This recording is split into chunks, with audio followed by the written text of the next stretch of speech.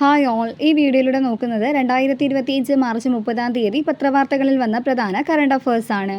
മ്യാൻമറിന് സഹായം എത്തിക്കാനുള്ള ഇന്ത്യയുടെ ഓപ്പറേഷൻ ബ്രഹ്മ, മ്യാൻമറിലെ ഭൂകമ്പത്തിന്റെ പ്രഭവ കേന്ദ്രം സാരംഗഗ്, സംസ്ഥാന സാക്ഷരതാ മിഷനും കേരള ഫെഡറേഷൻ ഓഫ് ബ്ലൈൻഡും ചേർന്ന് നടപ്പിലാക്കുന്ന കാഴ്ച പരിമിതർക്കുള്ള ബ്രൈലി സാക്ഷരതാ പദ്ധതി ദീപ്തി. ഇന്ത്യയിൽ ഏറ്റവും കൂടുതൽ ദേശീയപാതകൾ കടന്നുപോകുന്ന സംസ്ഥാനം മഹാരാഷ്ട്ര 102. കേരളത്തിലെ ദേശീയപാതകളുടെ എണ്ണം 12. കേരളത്തിലെ ദേശീയപാതയുടെ ദൈർഘ്യം 1858 കിലോമീറ്റർ. ഭൂകമ്പ സാധ്യതയേറിയ രാജ്യങ്ങളിൽ ഒന്നായി ഇന്ത്യയും. China, Indonesia, Iran, Japan, US, തുർക്കി, ഇന്ത്യ, ഫിലിപ്പൈൻസ്, ഇറ്റലി, മെക്സിക്കോ എന്നിവയാണ് 10 രാജ്യങ്ങൾ.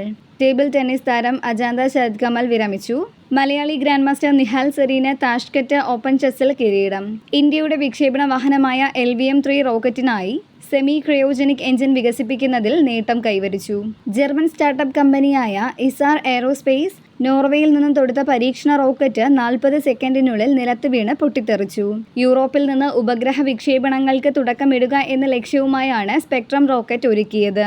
ഇതുപോലുള്ള കൂടുതൽ വീഡിയോസിന് ഞങ്ങളുടെ ഈ ചാനൽ സബ്സ്ക്രൈബ് ചെയ്യുക. Thank you for watching.